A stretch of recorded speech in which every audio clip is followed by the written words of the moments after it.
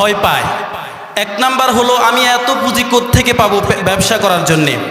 দুই নাম্বার হলো আমি ঠিক আছে পুঁজি পাইলাম, কিন্তু আমি তো দক্ষতা নাই ব্যবসার উপর, আমি লস খাওয়ার সম্ভাবনা আছে। কিন্তু আহকামুল হাকিমিন রব্বুল আলামিন আমাকে আপনাকে এমন একটি ব্যবসার দিকে আহ্বান করতেছেন যেই ব্যবসার মধ্যে কোনো লস নাই এবং পুঁজিও কম। ওই ব্যবসা কি আমরা করতে রাজি আছি ইনশাআল্লাহ? ওই ব্যবসার পুঁজি হলো মাত্র 3টা। কয়টা? আল্লাহ রব্বুল আলামিন বলেন, ইন্নাল্লাযীনা ইয়াতলুনা কিতাবাল্লাহ ওয়া আকামুস সালাহ ওয়া আনফাকু মিম্মা রাযাকনাহুম সিররান ওয়া আলানিয়াহ ইয়ারজুনা তিজারাতান লান তাবুর। আল্লাহ দুনিয়ার সব বান্দাদেরকে ডাক দিয়া বলে, ও বান্দারা, আমি আল্লাহ তোমাদেরকে এমন একটা ব্যবসার কথা বলতেছি যে ব্যবসার মধ্যে লস হওয়ার কোনো সম্ভাবনা নাই। কারণ দুনিয়ার মানুষকে যদি ব্যবসার কথা বলা হয়, দুনিয়ার মানুষ দুইটা ব্যাপারে ভয় পেয়ে যায়। এক নাম্বার, আমি এত পুঁজি কোত্থেকে পাবো। দুই নাম্বার, ভয় আমার তো ব্যবসার মধ্যে দক্ষতা নাই, আমি লস খাওয়ার সম্ভাবনা আছে। কিন্তু আহকামুল হাকিমিন রব্বুল আলামিন বান্দাকে এমন এক ব্যবসার দিকে ডাকতেছেন, বান্দা যেটার পুঁজিও খুব কম, ওই ব্যবসার মধ্যে লস হওয়ার কোনো সম্ভাবনা নাই। ওই ব্যবসার এক নাম্বার পুঁজির নাম হলো ইয়াতলুনা কিতাবাল্লাহ, আল্লাহ তাআলার কিতাব তেলাওয়াত করা। আল্লাহ তাআলার কিতাব অর্থাৎ কোরআনুল কারীম, এটা তেলাওয়াত করা। দেখুন, কোরআনুল কারীম তিলাওয়াত করলে লাভ আমার নাকি আল্লাহর? একটু জোরে বলেন, কার লাভ? আমার লাভ। এই কোরআনুল কারীম এত মহা একটি গ্রন্থ, এই কোরআনের সাথে যার সম্পর্ক লেগেছে তার দাম আল্লাহ তাআলা বৃদ্ধি করে দিয়েছেন। এই কোরআনুল কারীম আল্লাহ রব্বুল আলামিন যেই ফেরেশতার মাধ্যমে দুনিয়াতে পাঠিয়েছেন, ওই ফেরেশতাকে সব ফেরেশতাদের সরদার বানিয়ে দিয়েছেন। তিনি হলেন হযরত জিবরাইল আমিন আলাইহিস সালাতু ওয়াস সালাম। শুধু তাই নয়, আল্লাহ রব্বুল আলামিন এই কোরআনুল কারীম যেই মাসে অবতীর্ণ করেছেন, ওই মাসকে বাকি 12 মাসের মধ্যে সম্মানিত করে দিয়েছেন। ওই মাসটার নাম কি আপনারা বলতে পারেন? মাশাআল্লাহ, রমাজান মাস। আল্লাহ বলেন, শাহরু রমাদানাল্লাযী উনজিলা ফীহিল কুরআন। কোরআন মাসে, রমজান মাসে আল্লাহ রব্বুল আলামিন এই কোরআনকে নাজিল করেছেন। এই জন্য রমজান মাসের দাম অন্য মাসের তুলনায় বেড়ে গেছে। 3 নাম্বার, এই কোরআনকে আল্লাহ রব্বুল আলামিন লাইলাতুল কদরে নাজিল করেছেন। এই জন্য লাইলাতুল কদর বছরের সব দিন থেকে শ্রেষ্ঠ হয়ে গেছে। আল্লাহ বলেন, ইন্না আনজালনাহু ফি লাইলাতুল কদরি, আমি এই কোরআনকে নাজিল করেছি লাইলাতুল কদরে।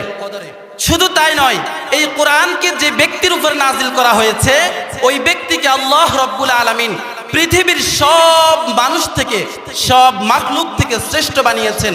শুধু তাই নয়, যত নবীগণ আছেন সব নবীদের সরদার বানিয়েছেন। তিনি হলেন আমার আপনার নবী, আকায়ে নামেদার, তাজেদারে মদিনা, আহমদ মুস্তফা, মুহাম্মদ মুজতবা, হযরত মুহাম্মদ সাল্লাল্লাহু আলাইহি ওয়াসাল্লাম। তাহলে এই কোরআন যার সাথে লেগেছে সে দামি হয়ে গেছে। আমি আর আপনিও যদি এই কোরআনের সাথে সম্পর্ক করতে পারি, আমাকে আপনাকেও দামি বানিয়ে দিবেন কে? আর একটু জোরে বলতে হবে, কে? আল্লাহ আমাকে আপনাকেও দামি বানিয়ে দিবেন যদি আমি এই কোরআনের সাথে সম্পর্ক রাখতে পারি। দেখুন, এই কোরআনের কত দাম। এই কোরআনুল কারীমের একটা হরফ যে ব্যক্তি পড়ে, তাকে আল্লাহ রব্বুল আলামিন 10টা নেকি দান করেন। কয়টা নেকি? নবী কি বলেন? মান ক্বারাআ হারফাম মিন কিতাবিল্লাহ ফালাহু হাসানাতুন ওয়াল হাসানাতু বিআশরি আমসালিহা লা আকুলু আলিফ লাম মিম হারফুন ওয়ালাকিন আলিফুন হারফুন ওয়া লামুন হারফুন ওয়া মিমুন হারফুন। আল্লাহর নবী তার বান্দাদের উম্মতদেরকে ডাক দিয়া বলে, ও আমার উম্মতেরা, তোমরা যারা কোরআনুল কারীম তিলাওয়াত করবে, কোরআনের প্রতিটা হরফের বিনিময় আল্লাহ রব্বুল আলামিন তোমাদের আমলনামায় 10টা করে নেকি লিখে দেন। নবী এরপরে আরেকটু ব্যাখ্যা দিয়ে কি বলে জানেন? নবী বলেন, তোমরা মনে করিও না যে আলিফ লাম মিম এটা পুরাটা একটা হরফ, না, বরং আলিফ আলাদা একটা হরফ, লাম আলাদা একটা হরফ, মিম আলাদা একটা হরফ। যে ব্যক্তি আলিফ লাম মিম পড়ে আল্লাহ রাব্বুল আলামিন তার আমলনামায় 10-30টা নেকি লিখে দেন। আর একটু জোরে বলেন। তাহলে কোরআনুল কারীম পড়লে কি লাভ আছে নাকি নাই? এবার আসেন, কোরআনুল কারীম যদি ছেলে সন্তানদেরকে হাফেজ বানাইতে পারি, পড়াইতে পারি, তাহলে কি লাভ? আল্লাহর নবী বলেন, মান ক্বারাআল কুরআন ওয়া আমিলা বিমা ফীহি উলবিসা ওয়ালিদাহু তাজান ইয়াউমাল কিয়ামাহ। আমার কোন উম্মত যদি তার ছেলে সন্তানদেরকে কোরআনের হাফেজ বানায়, আমার কোন উম্মত যদি তার ছেলে সন্তানদেরকে কোরআন শিখায় এবং ওই ছেলে সন্তান ওই কোরআন অনুযায়ী আমল করে, কাল ময়দানে মাহশারে আল্লাহ রাব্বুল আলামিন ওই ছেলের মা বাবাদেরকে হাশরের ময়দানে নূরের একটা তাজ পরিয়ে দিবেন। বলে নূরের তাজটা কেমন হবে? দুনিয়ার যে সূর্যটা দেখা যায়, সূর্যের যে আলো আছে, ওই আলো থেকেও অনেক গুণে বেশি তার আলো হবে। আশপাশের মানুষজন জিজ্ঞেস করবে, এই তো আমাদের বাড়ির রহিমা, এ তো আমাদের আব্দুর রহমান, এ তো আমার সাথে চায়ের দোকানে বসতো, এ তো আমার সাথে মসজিদে যেত, আজকে কেন তার এত সম্মান হলো, আমার কেন সম্মান হলো না? পাশ থেকে ডাক দিয়া বলা হবে, তারা তাদের সন্তানদেরকে কোরআনের হাফেজ বানিয়েছিল, এই জন্য আল্লাহ রাব্বুল আলামিন তাদের এত মর্যাদা বাড়িয়ে দিয়েছে। শুধু তাই নয়, এই কোরআনুল কারীমকে যদি আপনি পড়েন, ধারণ করেন, তাহলে আল্লাহ রাব্বুল আলামিন আপনাকে ওই কোরআন জান্নাতে আপনাকে টেনে নিয়ে যাবে। শুধু তাই নয়, আপনি কবরে যাবেন, মাথার পাশে ওই কোরআন যেয়ে বলবে, এই আযাবের ফেরেশতারা, তাকে আযাব দিও না, সে আমাকে সংরক্ষণ করছে, আজকে আমি কবরের মধ্যে তাকেও সংরক্ষণ করব। হাশরের ময়দানে যাওয়ার পরে আল্লাহর সাথে ঝগড়া করা শুরু করবে। আল্লাহ তাআলা তার ঝগড়াকে কবুল করবেন, বলবেন, যাও তুমি কি চাও? বলবে, সে আমাকে সংরক্ষণ করছে, আজকে তাকে ছাড়া আমি জান্নাতে যাব না। তখন কোরআন আপনাকে নিয়ে জান্নাতে চলে যাবে। এই কোরআনকে আমরা তেলাওয়াত করতে রাজি আছি? এই কোরআন আমাদের ছেলে সন্তানদেরকে শিখাইতে রাজি আছি ইনশাআল্লাহ? তাহলে 1 নাম্বার পুঁজির কথা বললাম, কোরআনের তেলাওয়াত। 2 নাম্বার, ওয়া আকামুস সালাহ, যারা নামাজ কায়েম করে। কি কায়েম করে? নামাজ কায়েম করে। দেখুন, নামাজ এত গুরুত্বপূর্ণ একটি ইবাদত। আল্লাহর নবী কি বলেন? বুনিয়াল ইসলামু আলা খামসিন, শাহাদাতি আল্লাহ ইলাহা ইল্লাল্লাহ ওয়া ইকামিস সালাহ ওয়া ইতাইজ যাকাহ ওয়াল হজ্জি ওয়া সাওমি রমাযান। বুনিয়াল ইসলামু আলা খামসিন, ইসলামের ভিত্তি বা বুনিয়াদ হলো 5 জিনিসের উপরে। 1 নাম্বার হলো আল্লাহ তাআলাকে সাক্ষী দেওয়া, ঈমান আনা, নবীকে মুহাম্মদ রাসূল, আল্লাহর রাসূল হিসেবে সাক্ষী দেওয়া। 2 নম্বরে যে স্থানটা পেয়েছে সেটা হলো নামাজ কায়েম করা। সেটা কি করা? নামাজ কায়েম করা। আল্লাহ রাব্বুল আলামিন নামাজের এত গুরুত্ব কোরআনুল কারীমের মধ্যে দিয়েছেন, বারবার শুধু নামাজের আলোচনা। শুধু তাই নয়, আল্লাহর নবী কি বলেন? মান আকামাহা ফাকাদ আকামাদ-দ্বীন ওয়া মান তারাকাহা ফাকাদ তারাকাদ-দ্বীন ওয়া ফি রাওয়ায়াতিন ওয়া মান হাদামাহা ফাকাদ হাদামাদ-দ্বীন। আল্লাহর নবী বলে, যে নামাজকে আঁকড়িয়ে ধরছে সে দ্বীনের পরিপূর্ণকে যত বিষয় আদি আছে সবগুলোকে আঁকড়িয়ে ধরেছে, আর যে নামাজকে ভঙ্গ করেছে, নামাজকে ছেড়ে দিয়েছে, সে দ্বীনের আরো যত বিষয় আদি আছে এগুলোকে ছেড়ে দিয়েছে। 3 নাম্বার, ওয়ানফাকু মিম্মা রাযাকনাহুম সিররান ওয়া আলানিয়াতান ইয়ারজুনা তিজারাতান লান তাবুর। 3 নাম্বার পুঁজির নাম হলো যারা প্রকাশ্যে এবং গোপনে আল্লাহ তাআলার রাস্তায় দান করে। প্রকাশ্যে গোপনে কি করে? আল্লাহ তাআলার রাস্তায় দান করে। আল্লাহ তাআলার রাস্তায় দানের কথা বললে অনেক পয়সাওয়ালাদের কপাল কুঁচকে যায়, রাগ হয়ে যায়, বলে টাকা কামাইছি, আমি এত কষ্ট করে টাকা উপার্জন করেছি, মাথার ঘাম পায়ে ফেলে, আমি আবার বুঝি এই টাকা আল্লাহর রাস্তায় দান করব। আল্লাহর রাস্তায় টাকা দান করলে লাভ নাকি লস? কথা বলেন, লাভ নাকি লস? আল্লাহ কোরআনে কি বলেন? মাসালুল লাযিনা ইউনফিকুনা আমওয়ালাহুম ফি সাবিলিল্লাহ কামাসালি হাববাতিন আনবাতাত সাবআ সানাবিলা ফি কুল্লি সুম্বুলাতিন মিআতু হাব্বা ওয়াল্লাহু ইউযাইফু লিমান ইয়াশা ওয়াল্লাহু ওয়াসিউন আলীম। আল্লাহ রাব্বুল আলামিন কোরআনুল কারীমের মধ্যে বলেন, যেই ব্যক্তি দান করে তার উপমা হলো একটা শস্যর মতো। যখন সে ওই শস্যটাকে মাটির মধ্যে রোপণ করে তখন তার থেকে 7টা শাখা বের হয়, প্রত্যেকটা প্রত্যেকটা শাখার মধ্যে 100টা করে ফল হলে 7 শাখার মধ্যে 700টা ফল হয়। আল্লাহ রাব্বুল আলামিন বলেন, আমার কোনো বান্দা যদি তার দ্বীনি কোনো মাহফিলে, দ্বীনি কোনো মাদ্রাসায় যদি আল্লাহর রাস্তায় যদি 1 টাকা দান করে, আল্লাহ রাব্বুল আলামিন ওই টাকাকে বৃদ্ধি করতে করতে 700 পর্যন্ত বাড়ায়া দেন। শুধু 700 নয়, এরপরে আল্লাহ বলেন লিওয়াফিয়াহুম উজুরাহুম ওয়া ইয়াজিদাহুম মিন ফাদলিহি। আল্লাহ রাব্বুল আলামিন তার আজর যেটা আছে প্রতিদান সেটাকে পূর্ণ করে দেন এবং তার ফজল থেকে যে পরিমাণ সম্ভব আল্লাহ রাব্বুল আলামিন তাকে ওই পরিমাণ দান করেন।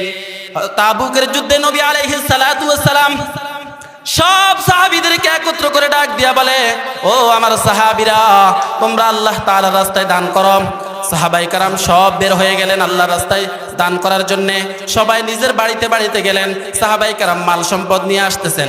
ওমর ডাক দিয়া বলে, যাক, আজকে এমন একটা সুযোগ পেয়েছি, আবু বকরকে জীবনে কোনোদিন হারাইতে পারি নাই, তবে আজকে হারিয়ে দিব। ওসমান গনি রাদিয়াল্লাহু তাআলা আনহু বাড়িতে যাওয়ার পর তার যত সম্পদ ছিল ওই সম্পদের রুবো নিয়ে এসেছেন, 4 ভাগের 1 ভাগ নিয়ে এসেছেন। ওমরে ফারুক রাদিয়াল্লাহু তাআলা আনহু নবীর দরবারে এসে হাজির। নবী ডাক দিয়া বলে, ওমর,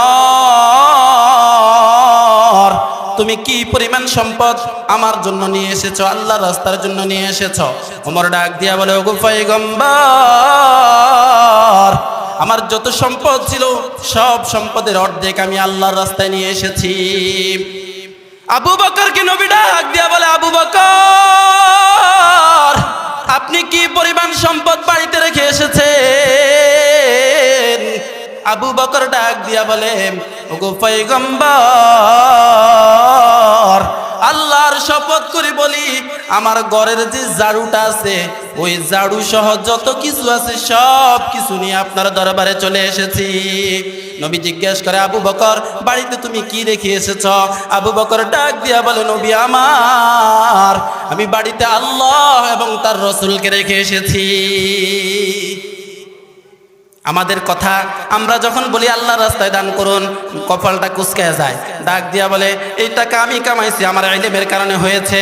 ভালো করে শুনেন, সূরা কসসের মধ্যে আল্লাহ রাব্বুল আলামিন কারুনের ঘটনা থেকে আমাদেরকে উপদেশ নেওয়ার জন্য বললেন।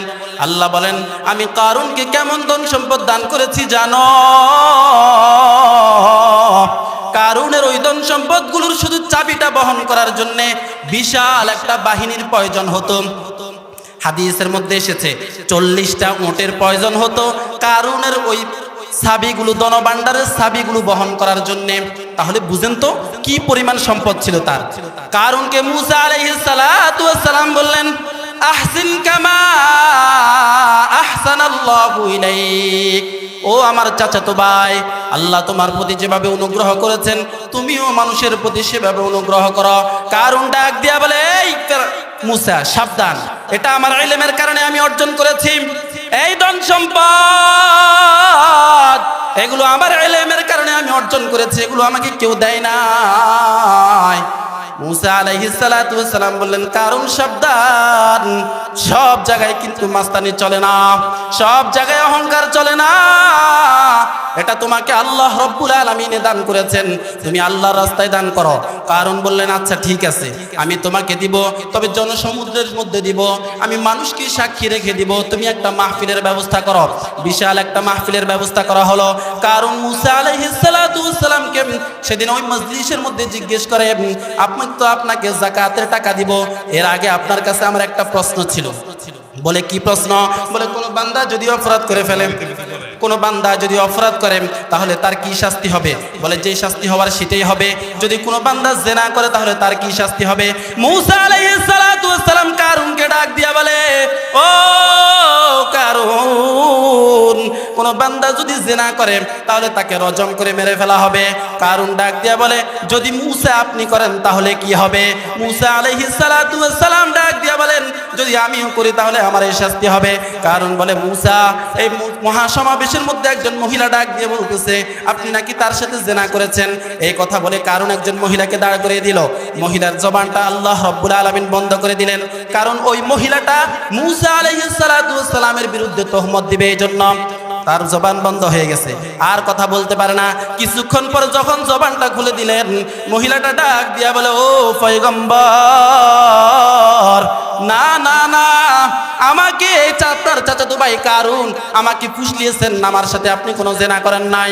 মুসা আলাইহিস সালাতু ওয়াস সালামের মেজাজ খারাপ হয়ে গেছে।